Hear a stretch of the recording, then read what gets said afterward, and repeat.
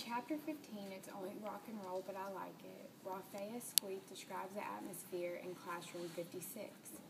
There is a lot of rocking going on, but don't mistake this music classroom for Jack Black's hit School of Rock. Within this classroom, one will find an organized, interactive learning atmosphere. The concept adopted in this classroom is to teach students the basics and fundamentals of music in hopes that they will be future musicians. There are quite a few valid points Raphael Squeak makes within the story that stand out. I'll address two ideas I found useful to incorporate within any classroom. The first concept is students are being trained like SEALs to perform at school functions. If we want our students to become lifelong musicians, what steps must be taken to achieve this? In room 56, the teacher rejects this methodology. He says in many cases, students don't even know how to tune their instruments, and they learn to play instruments but never understand what they are doing. Kids are also being taught sets of songs due to the fact that they cannot read music. They continue to play these songs in higher grades because they don't have the skills to learn new material. In order for students to move on to the next level, they must understand the fundamentals for reading.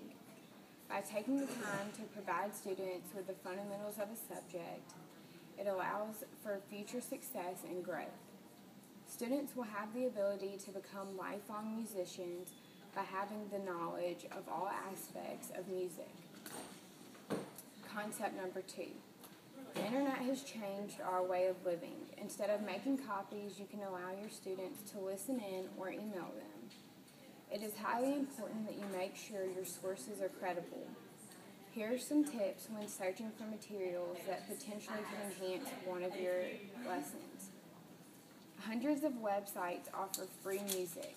However, some are nothing but a simplified system of musical notation that resemble songs, but in an off-key, oversimplified sort of way.